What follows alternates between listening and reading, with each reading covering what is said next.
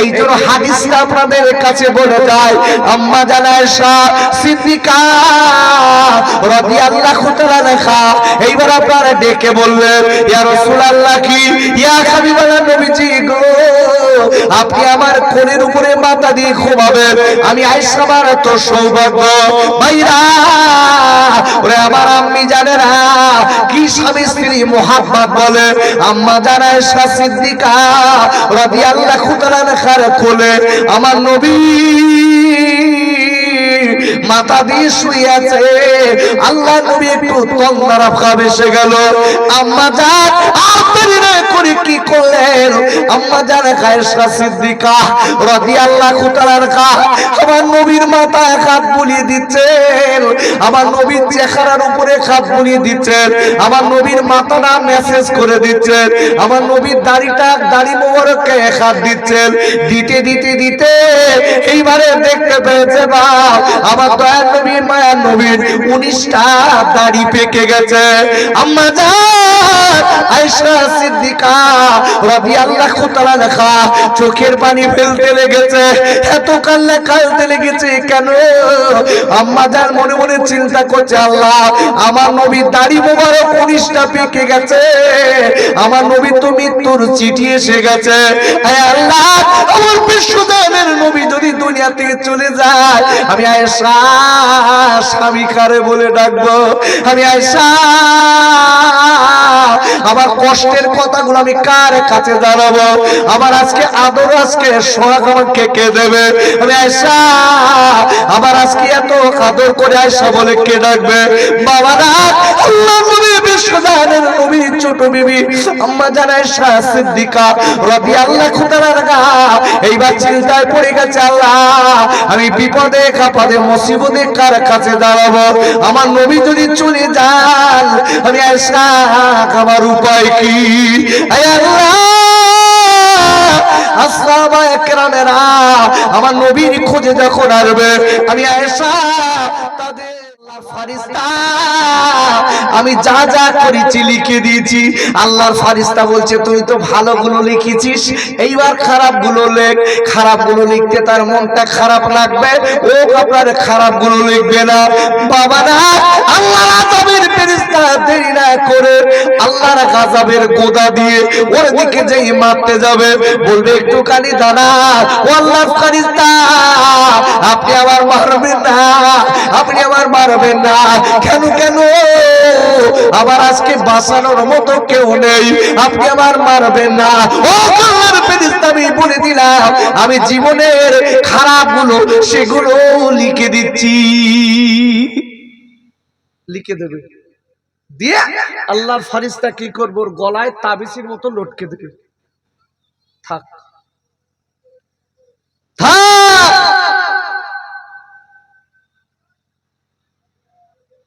সুম্মা ইলাইহি তুরজাউন। আল্লাহ পরিষ্কার বলেছে, বান্দা তুই ওই জায়গাটায় থাকবি না, কিয়ামতের দিন আমি আল্লাহ আবার তোর তুলবো। ওই দিন হিসাব চাবো, তোর এই তাবিজটা খুলে তোর আমল নামাটা দেখে বলবো তুই কোনটা ভালো কাজ কোনটা খারাপ কাজ করেছিস। এইবার হিসাব করে জান্নাত আর জাহান্নাম। আব্বা জান, ও সোনার খাইরা, ও খোদার কাপুরে, আমি হাত দুটো ধরে বলে যাই বাপ, আমি আপনাদের বাঁচানোর কথাটা বলে যাচ্ছি। আজকে সারা জীবন ধরে মহাফিল খালি দিয়ে যাচ্ছি, মিলাদ খালি দিয়ে যাচ্ছি। আব্বুরে যদি পরিবর্তন না হয়, আমি বলবো ও মায়েরা বোনেরা বেটিরা, এই মহাফিল দিয়ে কোনো লাভ হবে না, তবে লাভ হবে কাদের? কবরবাসীদের। তবে আপনার আমার কবরে যেতে হবে। আপনার আমার যদি কোনো লাভ না হয়, কি হবে উপায়? কি হবে আপনার আমার উপায়? বাবা, আম্মা জান আয়েশা সিদ্দিকা রাদিয়াল্লাহু তাআলা আনহা একটা হাদিস আপনাদের কাছে বর্ণনা করি। আম্মা জান আয়েশা সিদ্দিকা রাদিয়াল্লাহু তাআলা আনহা একদিন আপনার ঘরে বসে আছে, বলেন আমার নবী আমার বিশ্বজানের নবী আম্মা জানের ঘরে চলে এলেন। আসার পরে জীবনটিকে বললেন ও কদরের কায়সা তুমি বসে যাও, আমি নবী অনেক ক্লান্তি হয়ে গেছে, আমার শরীর অনেক ক্লান্ত হয়ে গেছে। ওয়াইসা আমি কলেমার দাওয়াত দিতে দিতে আমি খেটে গিয়ে কলেমার দাওয়াত দিয়েছি। ওয়াইসা আমি আজকে ক্লান্ত হয়ে গেছি, তুমি একটুখানি বসে দাও আয়সা, আসন গড়িয়ে বসো আয়সা। বিবি রে আমি তোমার স্বামী, আমি আজকে মুহাম্মাদুর রাসূলুল্লাহ, আমি তোমার স্বামী, তোমার উরুটাকে একবার বালির বানিয়ে শুয়ে পড়বো, আমি একটু আজকে স্বস্তি বোধ করবো, আমি একটু আরাম করবো। আপুরে আল্লাহর নবীর ছোট বিবি স্বামী স্ত্রী মিল কারে বলে, আমার নবী আল্লাহ নবীকে ডেকে বললেন নবী গো আমি আজকে কিনা বসে গেছি, আপনি আমার কোলে মাথা দিয়ে শুয়ে যান, আমি আয়েশা খুশি হব। আল্লাহু আকবার বলুন, কি মিল দেখেন। আচ্ছা আমরাও এদিক তোদিক থেকে খেটে যদি বাড়ি এসে বউডারে বলি একটু ঠিক করে বস দিন, তোর কোলে একটু মাথাতে শুই, এখনকার যা নিউ মডেলের বউ এরা মানবে ভাব? কথাই বলতেছ বুড়ো ধাড়ি হয়ে যাচ্ছে, লজ্জা আছে তোমার? আমার সময় নেই। মা বোনের একটা কথা বলে দেই, মেয়েরা সব থেকে কষ্ট স্বামীর কাছ থেকে কষ্ট পাচ্ছে কয়েকটা কারণ দেখবেন, বাস্তবিক বলছি, এদের স্বামীর খেদমত করার সময় এদের কষ্ট হয়, আবার যদি খালাকে ভাই আসে ওরে বাবা ঘুরিয়ে দৌড়চ্ছে। স্পিরিট কি 144 স্পিরিট, ও এটা দিচ্ছে ওটা দিচ্ছে ওটা দিচ্ছে, আর মাঝে মাঝে গালে তুলে দিচ্ছে, খাদিন তুই 3 বছর আসিস নি খা। আর যেই স্বামী এক গ্লাস পানি চেয়েছে না ওর কলজে তখন ফেটে বাবা। ও মা আমি একটু বলি, একটা আয়াত বলছি দেখেন, কোরআনের আয়াত। ও মা স্বামী স্ত্রী অত সহজ না, অত সহজ না। আব্বাজান আল্লাহ রাব্বুল আলামিন কোরআন শরীফের আপনার দ্বিতীয় পারা সূরা আল বাকারার 187 নম্বর আয়াতে আল্লাহ বললেন ওমা জননী, এই আয়াতটা খুলে দেখবেন, উন্না লিবাসুল লাকুম ওয়া আনতুম লিবাসুল লাকুন্না। আর আল্লাহ ডেকে বললেন ও পৃথিবীর নারী জাতিরা পুরুষেরা মনে রেখে দিও, স্বামী হলো স্ত্রীর পোশাক, স্ত্রী হলো স্বামীর পোশাক। একবার চিল্লায়ে জোরে সুবহানাল্লাহ। আল্লাহ কোরআনে বলেছে, আমি বলিনি তো আব্বা, পরিষ্কার আল্লাহ বলেছে স্বামী স্ত্রীর পোশাক আর স্ত্রী স্বামীর পোশাক। জোরে বলেন আল্লাহু আকবার। কিরকম পোশাক?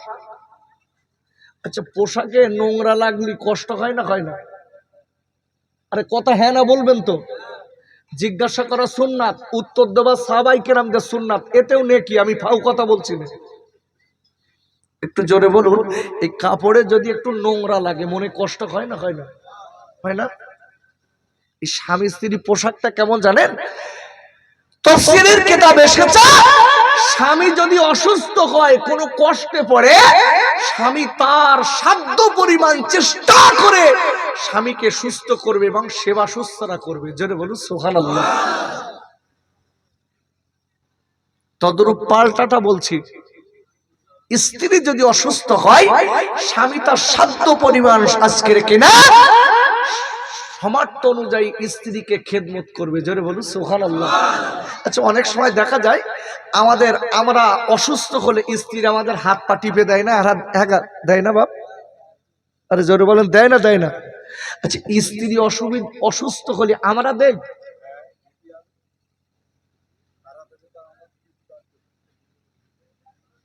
চাচা কথা বলে একদম কারেক্ট কথা বলিস, কিন্তু দেই আমরা? আমরা নবাব সিরাজদৌলা খান আর বউ হচ্ছে ফকির, ও দেখ আমি দেবো না, ও দেখ আমি দেবো না।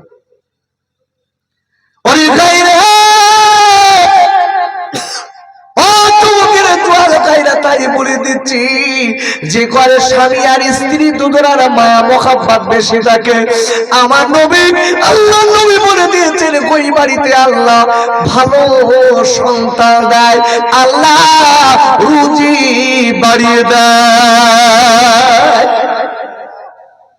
স্বামী স্ত্রী সাপ আর বেজি, বাচ্চাও হয়ে বক্সিং দেখছে, বাপ মার খাদ্য দিচ্ছে না, বাপ মার গালি দিচ্ছে কেন? বাচ্চা যখন মার পেটে ছিল রসুল বলছে তুমি একটু সাবধানে চলো। এনারি মা আমার আম্মি বলে দিচ্ছি, রসুল বলেছেন মেয়ে তোমাদের পেটে যখন বাচ্চা থাকবে তোমাদের সব সময় জবানটা পবিত্র রাখবে, শরীরটা আবরু রাখবে, তোমরা সব সময় জিকিরের ভিতরে থাকবে, তাহলে তোমার পেটের বাচ্চাটা আল্লাহ ওয়ালা তৈরি হবে। জোরে বলুন সুবহানাল্লাহ।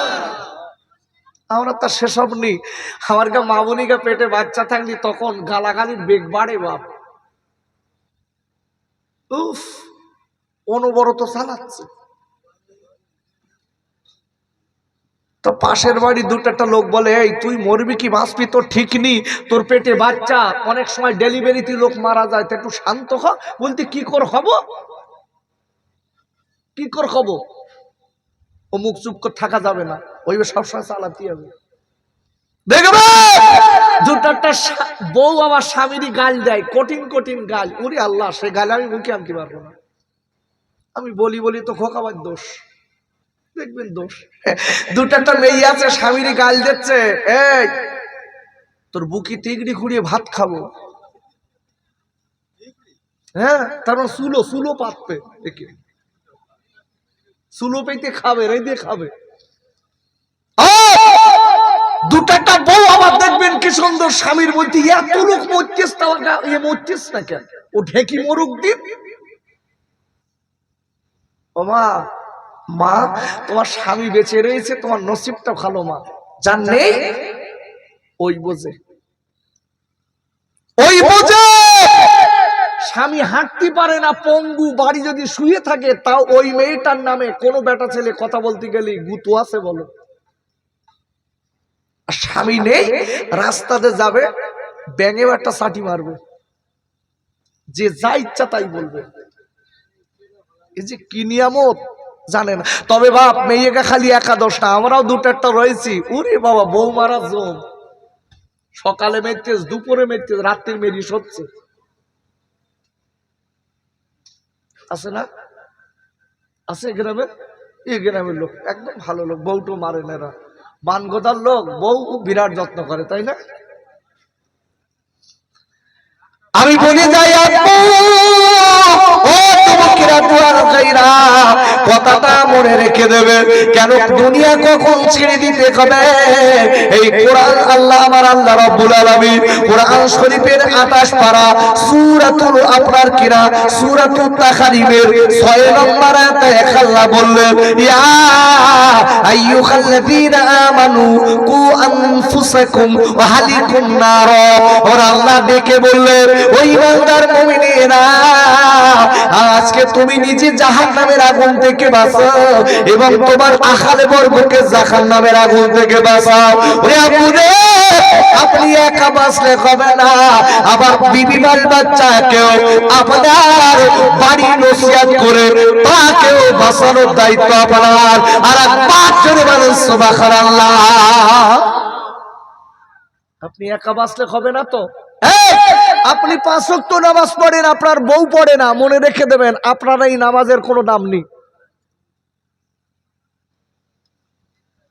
আপনি 5 ওয়াক্ত নামাজ পড়েন, আপনার মেয়েটা অন্য ছেলের হাত ধরে পার্কে থবনি পালিশ মেখে বেড়াচ্ছে, উফ লোকে দেখাচ্ছে আমার চেহারা দেখ, আমার চেহারা দেখ, আমার দিক দেখ, এমন খুলে খেলে বেড়াচ্ছে, লোকে দেখাচ্ছে ওমা ও বোন ও বোন। আমি খোকা ভাই বলে যাচ্ছি, মনে রেখে দিও তোমার চেহারায় বলো আগুন লাগবে। কি হচ্ছে? আচ্ছা, এই জন্য বলছি খুব বুঝে সুঝে চলতে হবে মা। আম্মা জান আমি বলে দিচ্ছি, মনে রেখে দেবে, এই বলে কাঁদছেন। চোখের পানি হঠাৎ এক ফোঁটা নবীর মোবারকের উপরে পড়ে গেছে, মুখের উপরে যেই পড়ে গেছে বিশ্ব নবী চমকে উঠেছে, উঠে বলছে আয়েশা আমি তোমার কোলে মাথা দিয়ে অনেকক্ষণ শুয়ে আছি, তোমার কষ্ট হচ্ছে আয়েশা? এ পাগলি তোমার কষ্ট হচ্ছে তাই না? বলছে হুজুর আমার কষ্ট হচ্ছে না। কোনো সমস্যা নেই। আয়েশা তাহলে তুমি কাঁদছো কেন? এ পাগলি কাঁদছো কেন, কি হয়েছে তোমার বলো?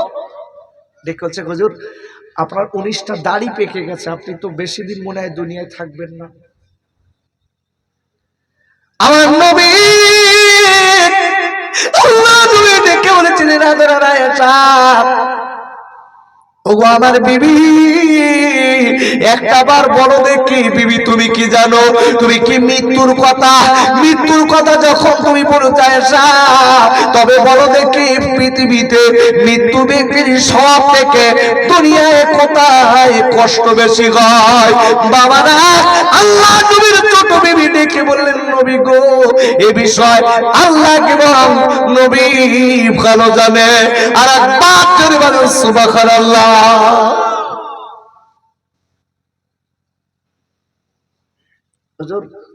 মৃত্যু ব্যক্তির সব থেকে দুনিয়ায় কোথায় বেশি কষ্ট হয়?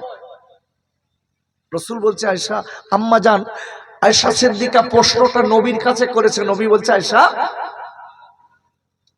তুমি জানো? বলছে হুজুর এই বিষয় আল্লাহ এবং নবী ভালো জানে। যেটা বলুন সুবহানাল্লাহ। আপনি জানেন? আমার বিশ্ব নবী বলছে আয়েশা শোনো, কোথায় জানো? হুজুর জানি না। বলছে আয়েশা মৃত্যু ব্যক্তির দুনিয়ায় সব থেকে বেশি কষ্ট হয় যখন তার গোসল দেওয়া হয়। আচ্ছা এখানে গোসল দেয় লাশ? কেন বলেন দেয় না? সব জায়গায় দেয়, এখান বলে না, সব জায়গায় দেয়। লাশের গোসল দেওয়া হয় বাবা, একবার না অনেক অনেক জায়গায় দুবার তিনবারও গোসল দেয়। আচ্ছা গোসল দেওয়ার সময় গোসলদা তারা চারিদিকে একটু ঘিরে নেয় না বাপ? পর্দা করলে বেটা ছেলে মেয়ে ছেলে যাই হোক পর্দা করলে দেখবেন দুজন কি তিনজন গোসল দেওয়ার জন্য ওর ভিতর ঢুকে যায়। বাড়িওয়ালাদের বলে খাই সাবান দাও, গরম পানি দাও, এইগুলো দাও। আব্বা জান ও যুবকেরা জোয়ান খাইরা এইবার মৃত্যু ব্যক্তি হাত আর পা ছেড়ে দিয়ে শুয়ে আছে বাবা। যে লোকটার গায়ে এত বল ছিল দু তিনটে লোক একে একে একা তাদের ঘুষি মেরে মেরে ফেলে দিতে পারত। দেখ এমন এমন লোক আছে যে মৃত্যু ব্যক্তি শুয়ে আছে বাপ, আজকে তার গায়ে এত বল ছিল আপনার কিনা সারাদিন 24 ঘন্টা ওই লোকটা খেটে খেটে বেড়াতো, ওর কোনো ক্লান্তি ছিল না, ওর গায়ে এত বল ছিল ও যাত্রার কালে চড় মারত। এমন আজকে লোক দেখা যায় না, যায় না, যায় না বাপ। তাই বিশাল বল, যার ইচ্ছা তার মারতে। যেদিন চোখ দুটো বুঝে যাবে ওই দিন যেই বড় দিন চাচা উঠিয়ে একটু মারো, ইমামের একটু মারো, মারবে চাচা শেষ আর নেই। একটু চিন্তা করে দেখুন, এই মুহূর্তে একটু চিন্তা করুন, তোমার আমার চোখ বলো সকালের ভেতর বুঝে যেতে পারে। কোথায় থাকলো গার বল, কোথায় থাকলো টাকা, কোথায় থাকলো অহংকার? শুয়ে গেছে। যদি কেউ 50,000 টাকা নিয়ে বলে চাচা 1 বিঘে জমির দাম আগে ছিল 10 লাখ, আমি তোমার 50,000 টাকায় দেবো, তুমি জমি নাও, হবে? আর কে বা তোমায় খুঁড়বে মাটি, কে বা দেবে কবরে, তুমি যে সেখানে একা রবে কেউ যে নেই তোমায় সাথী। কে বা তোমায় গোসল দেবে, কে বা পরাবে কাফন, যেদিন তুমি যাবে কবরে রইবে তুমি একা। আল্লাহুম্মা সাল্লি আলা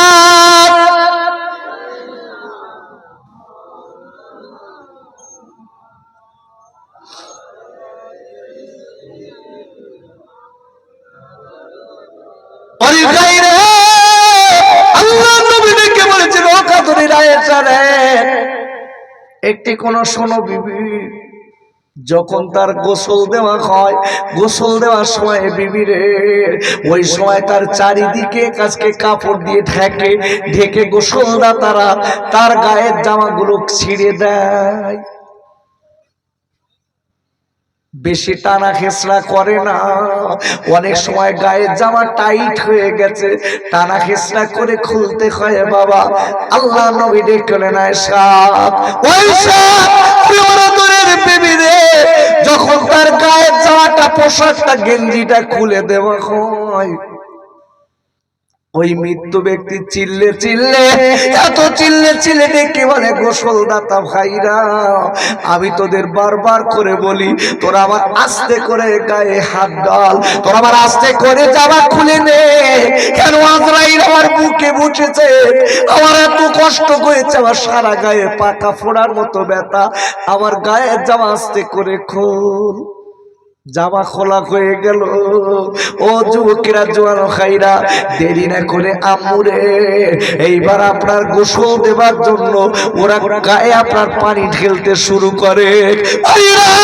এইবার ওই মৃত্যু ব্যক্তি ডেকে বলে, আমার গোসল দাতা খাইরা, আমি বারবার করে বলবো, আমার গায়ে তোরা বেশি ঠান্ডা পানি দিবি না, আমার গায়ে বেশি গরম পানি দিবি না, আমার গায়ে উনসুলো পানি দে, আর আমার গায়ে আস্তে আস্তে করে হাত ডল সাবান, তাড়াহুড়ো করে তোরা ডলবি না, তোরা জোরে জোরে ডলবি না। কেন আমার গায়ে আসলাই আজকে জান কব্জ করার সময় আমার সারা গায়ে ব্যথা হয়েছে, আমার আজকের কাটা কৌতারের মতো আমার আমি ছটফট করে তারপর মরিছি, আমার অনেক কষ্ট হয়েছে, আমার সারা গায়ে ব্যথা।